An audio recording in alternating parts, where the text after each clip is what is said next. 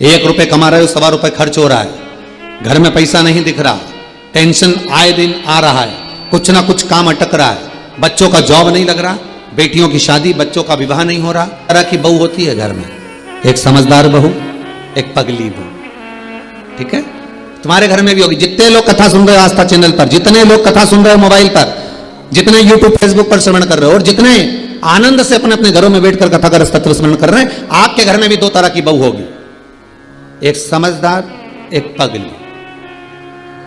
अब तुम कैसे पहचानोगे कि समझदार है कि पगली? घर में कोई फंक्शन होने दो, शादी होने दो, कोई रिसेप्शन होने दो, घर में कोई पार्टी होने दो, घर में कोई कार्यक्रम होने दो, एक बहू ऐसी होगी जो पूरा घर संभालेगी। मम्मी जी आई कि नहीं, मामा जी ने खाना खाया कि नहीं खाया, काका जी आए कि नहीं आए, बुआ जी ने ये काम करा कि नहीं करा। एक बहू ऐसी होती है जो जिसको पूरे घर की चिंता लगी रहती है, समझदार। तो और एक ऐसी होती है कि वो आराम से उतर के 9 बजे तो जगदम्बा नीचे आई, अब 9 बजे तो नीचे पहुंची, और 9 बजे नीचे आने के बाद में बढ़िया डेंटिंग पेंटिंग कर कुरा के, और शादी का फंक्शन की तैयारी चल रही, और सब तो अपनी जगह पर, और ये बैठ गई लाम जरम मांड, और ऊंचा, अब वो मांड जाए।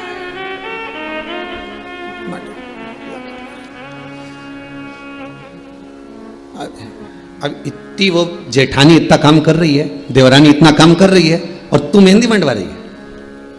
फिर इतने में किसी ने कहा, देखो तुम्हारी बहू में तो अक्ल ही नहीं, मेरी इस बहू में तो बिल्कुल अक्ल नहीं, रत्ती भर की भी। वो देखो बेचारी कितना काम कर रही है, कितनी देर से लगी है, सबको पूछ रही है, सबका सामान समेट रही है, सबका सामान उठा के रख रही है, बर्तन भांडा उठा के रख रही है, कपड़ा लत्ता उठा के रख रही है, और एक ये मेहंदी मंडवाने बैठ गई। और जैसे मेहंदी से उठी,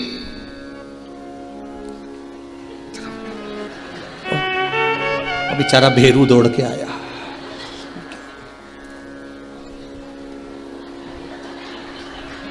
पगली, अब ये पागल, अब बेचारा रोटी की थाली वाली लगा के लाया, डुबा डुबा के खिला दिया।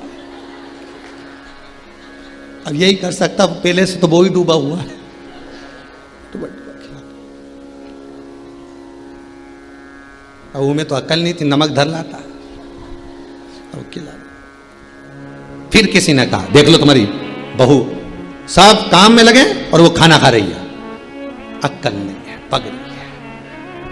अब समझदार जो बहू थी उसने पूरा काम संभाला, कपड़े संभाले, जेवर संभाला, घर में ताला भी लगाया, चाबी भी लगाई, कमर में खोस के भी लाई, सब माता पूजन करने चले गए, सब मंडप करने चले गए, सब रिसेप्शन में चले गए, और ये संभालती फिरी। और एक तैयार हो हुआ कि वो तो खूब एंजॉय करे। अब एक पागल है, एक समझदार है।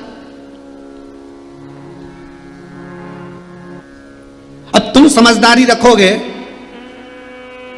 तो तुम्हें क्या जायदाद का हिस्सा ज्यादा मिल जाएगा? जम के तो बोलो, नहीं। सास की रकम ज्यादा मिलेगी? नहीं, उतनी मिलना है, भले तुम दौड़ दौड़ के काम करो, चाहे।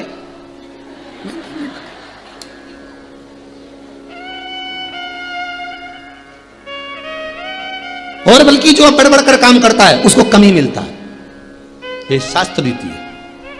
बेचारी बुआ जी के लाके बिठा दिया, मामी जी के लाके बिठा दिया, मामी जी सारे कपड़े आ रहे संभालते आना, और बुआ जी वहीं बैठी सारा कपड़ा संभालती जा रही, सारी रकम संभालती जा रही, सारा सामान संभालती जा रही, और सारी बहुएं डेंटिंग पेंटिंग करके सारी पार्टी का एंजॉय कर रहे, और डुकरिया बैठी।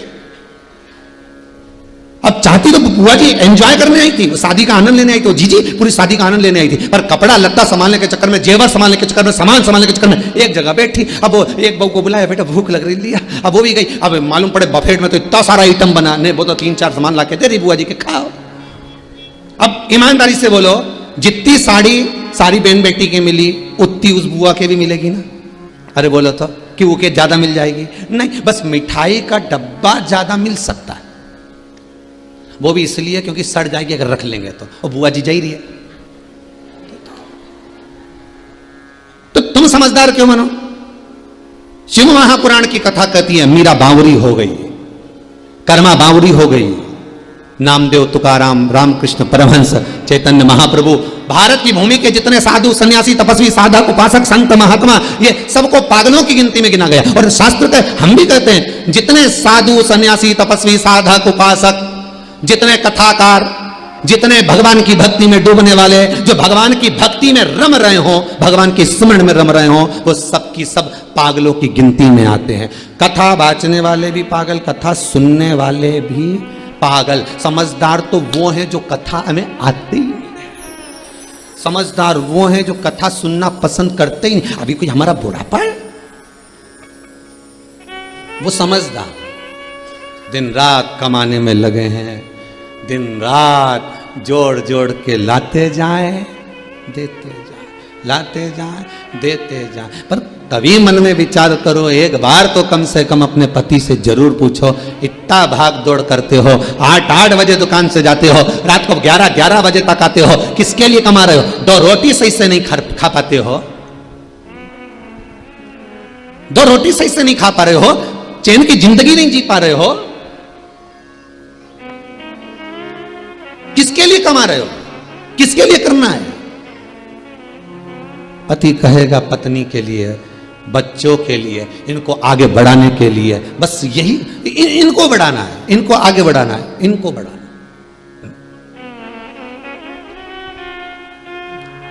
सोच सोच के टेंशन ले लेके शुगर हो गई, भूखे रह के बीपी ऊंचा नीचा हो गया, नींद नहीं आ रही तो आंखें के नीचे कालापन आ गया, रात के घबराहट भी हो है। डॉक्टर साहब के पास गए तो के डॉक्टर साहब बड़ी बुरी हालत है, हो क्या रहा है? सब कुछ हो रहा है, फिर बस शरीर साथ नहीं दे रहा। आपको लगता है कि पितृदोष बहुत है, 1 रुपए कमा रहे हो, 1.25 रुपए खर्च हो रहा है, घर में पैसा नहीं दिख रहा, टेंशन आए दिन आ रहा है, कुछ ना कुछ काम अटक रहा है, बच्चों का जॉब नहीं लग रहा, बेटियों की शादी, बच्चों का विवाह नहीं हो रहा, संतान प्राप्त नहीं हो रही, कहीं आपको लग रहा है कि पितृदोष है? किसी पंडित जी ने आपको बता दिया कि पितृदोष है, तो आप घबराना नहीं है अपने को कोई कहीं जाने की जरूरत नहीं कि पितृदोष है तो मेरे को कहीं जाना पड़ेगा, मैं क्या करूं, तो बहुत भारी पितृदोष है, ऐसा कुछ नहीं करना। गंगा का जल लीजिए और गंगा का जल भरकर 1 कलश, श्राद्ध पक्ष के 16 दिन 1 कलश में थोड़ा सा गंगा जल डालकर, लोटे में पानी भर, कलश भर में जल भरकर 1 ढक्कन उसमें गंगा जल डाल दीजिए, 2 सफेद फूल उसमें पटक दीजिए और दरवाजे के पास में कहीं पर भी थोड़ा सा स्वस्तिक बनाकर उसको रख दीजिए। 16 दिन रखो, प्रतिदिन 1 रखो और उसका पानी पूरे दरवाजे पर छींट दो, फिर रखो, फिर दरवाजे पर छींटो। कैसा भी पितृदोष होगा, गंगा महारानी उस पितृदोष को समाप्त कर देती है, क्योंकि शिव के साथ निवास करती है, शंकर के साथ वो रहने वाली है। कोई साधारण है गंगा? गंगा जब चलती है तो शिव से आज्ञा लेकर जाती है कि मुझे ये लेने आया है। गंगा शंकर से आज्ञा लेकर जाती है कि ये मुझे ले जा रहे हैं, ये मुझे लेने के लिए आए, मैं इनके साथ जाना चाहती हूं, मैं जाऊं, तब शिव आज्ञा करते हैं, क्योंकि शंकर ने तो अपनी जटा में भर लिया था। फिर भागीरथ महाराज ने तप करा था, केदारताल कथा में वर्णन किया, जहां वापिस तप करा केदारताल, फिर तप करा। क्या चाहती हो? गंगा कहती है भागीरथ जी के कुल को तारना है। 1 जटा का केश खोला, गंगा निकल कर चलती वहां से। पूछेंगे शंकर कहां गई? आपके साथ रह रहा कोई व्यक्ति और बिना पूछे चले जाए, कोई श्रेष्ठता है क्या? ढूंढोगे कि नहीं ढूंढोगे? गया कहां? क्या बात है, दिख नहीं रहा है, गया कहां पर है, ये किस जगह पहुंच गया है? ये पूछना तो पड़ेगा कि आखिर गया कहां। गंगा जब चलती है तो पूछ कर जाती है। जब जब किसी नदी का जल भर कर लाओ,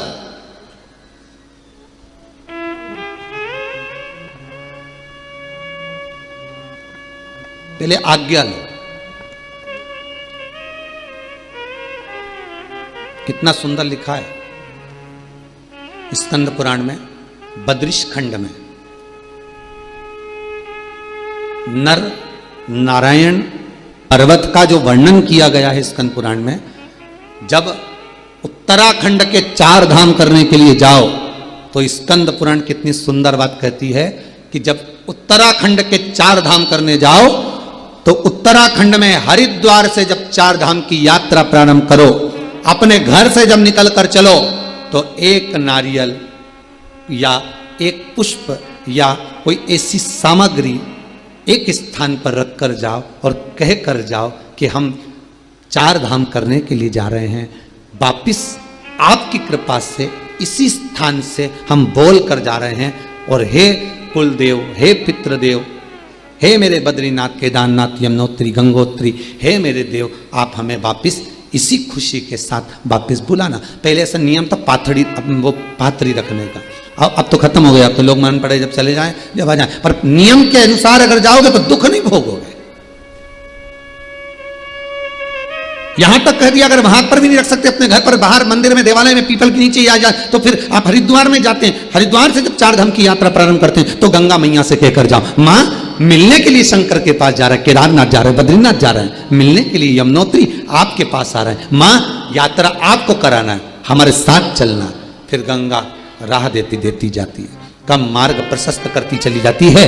आप पहुंच जाते। भागीरथ महाराज आगे आगे चल रहे थे, इंद्रदेव देवऋषि नारद स्वयं भागीरथ जी महाराज के सामने आकर खड़े हो गए और इंद्र और नारद जी ने आकर पूछा, अरे भागीरथ जी तुम आगे चल रहे हो, गंगा पीछे चल रही है तुम्हारे, जिस गंगा को पाने की तुम्हें इतनी लगता थी उस गंगा को पीछे चला रहे और तुम आगे चल रहे हो। कपिल मुनि के आश्रम में भागीरथ जी तो लेकर गए थे, आगे आगे भागीरथ जी चल रहे हैं शंख बजाते हुए, पीछे पीछे गंगा मैया चली जा रही है। शिव पुराण कर रही है कि कहा भागीरथ जी से, देवऋषि नारद ने कहा भागीरथ जी से इंद्र ने कि आप आगे चल रहे हो और गंगा पीछे चल रही है, ये कहां का चरित्र। तब भागीरथ जी महाराज ने कहा, आपको लगता है नारद जी कि गंगा पीछे चल रही है, पर नारद जी गंगा तो मेरे को मार्ग बताती बताती मेरे अग्रण्य चल रही है, मैं तो उसके पीछे चल रहा हूं। गंगा आगे है, मैं पीछे हूं। वीडियो पसंद आए तो प्लीज़ लाइक करें, चैनल को सब्सक्राइब करें, अपनों से शेयर करें और कमेंट में हर हर महादेव जरूर लिखें। धन्यवाद।